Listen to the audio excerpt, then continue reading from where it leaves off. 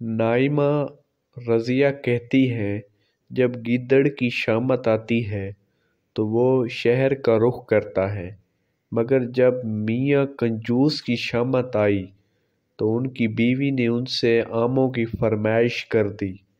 मियाँ कंजूस का असल नाम हामिद खान था, मगर महल्ले का हर छोटा बड़ा कंजूसी की वजह से उनको मियाँ कंजूस कहता था। खैर, मियाँ कंजूस ने फरमाइश सुनी तो फिर हिम्मत करके अपनी संदूक में से कुछ पैसे निकाले और बहुत शान से अपनी जेब में रखकर बाजार का रुख किया।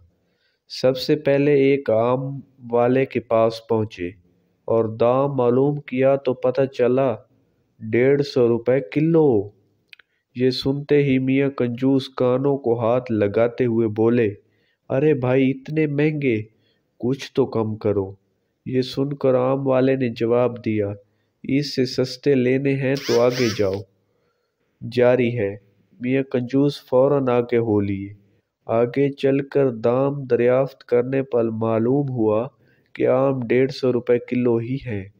दाम सुनकर कंजूस मियाँ बुरा सा मुंह बनाकर उससे बोले, खुदा का खौफ करो, इतने महंगे आम बेचते हो, इतना उम्दा माल सस्ता नहीं मिलेगा। आम वाले ने कहा। अब मियाँ कंजूस एक और आम वाले के पास पहुंचे। आमों की हालत काबिले दीद थी, पिचके, गले सड़े, जिनसे रस बह रहा था। हजारों की तादाद में मक्खियां भुनभुना रही थी। मियाँ कंजूस ने पूछा, भाई, आम क्या किलो दे रहे हो? आम वाले ने जवाब दिया, सबसे सस्ता लगाया है, सिर्फ 80 रुपये किलो। मियाँ कंजूस गुस्से से झुंझलाए और बोले, इतने खराब आम 80 रुपये किलो? आम वाले ने कहा, बाबूजी, इससे सस्ता आम कहीं नहीं मिलेगा।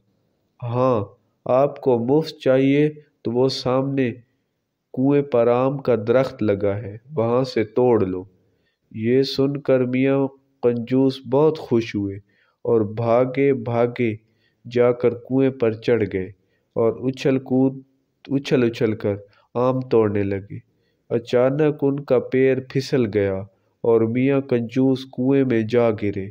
वो तो खैर हुई कि कुआं खुश्क था, मगर मियाँ कंजूस गिरते ही उठ खड़े हुए और कपड़े झाड़ कर कुएं में पड़े हुए आम उठाकर झोली में भरने लगे। मगर जब ऊपर नजर उठाई तो बहुत परेशान हुए कि अब कुएं से किस तरह निकला जाए। ये ख्याल आते ही मियाँ कंजूस लगे चीखने चिल्लाने। उसी वक्त उधर से एक घोड़ा गाड़ी वाला गुजरा। उसने जब ये आवाज़ें सुनी, मियाँ कंजूस को कुएं में देखा तो उसे रहम आ गया। उसने अपनी घोड़ा गाड़ी का रस्सा निकाला और कुएं के अंदर लटका कर ऊपर से रस्सा मजबूती से पकड़ लिया और कहा कि रस्सा पकड़ कर आ जाए।